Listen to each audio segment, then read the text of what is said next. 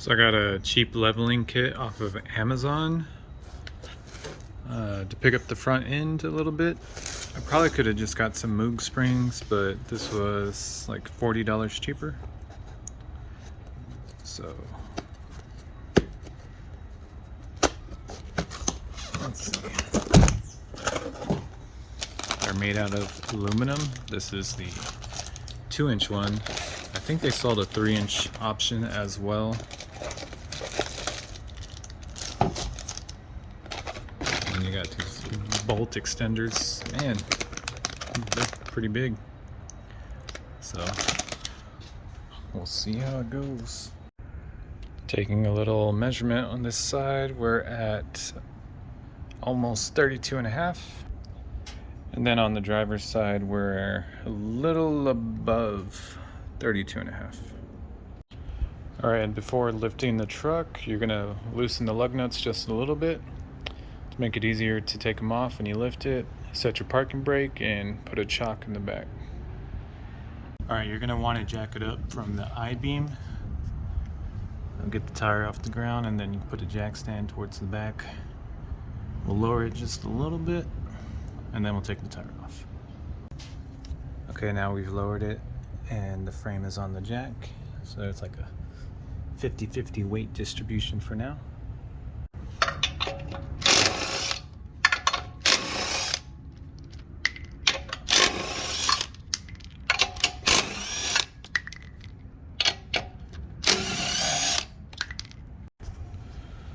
All right, we got the tire off, set it under the truck for safety. We're gonna take off that bolt and that spring. That bolt. We'll probably lower the jack somewhere in between. And I'm gonna hit this up with some spray paint because things are looking rusty. All right, so put some black down. Also, I used a 19mm to get the tire lug nuts off.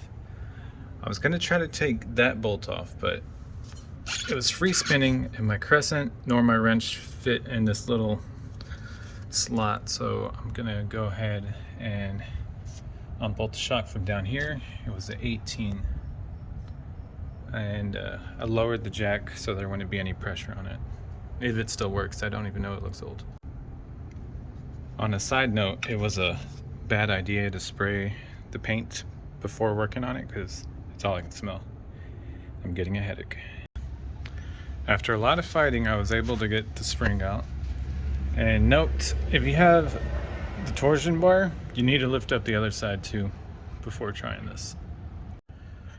All right, I screwed on the thread extender. And then I got this. And I'm not sure which way it faces. Okay, this is a video with it installed. And I already installed the other side. I'm putting the tires back on. And they're installed. I already backed up the truck and moved it forward again so the springs can settle. We're around 34.5 on this side. And on the driver's side, we are at 34.5. All right, cool.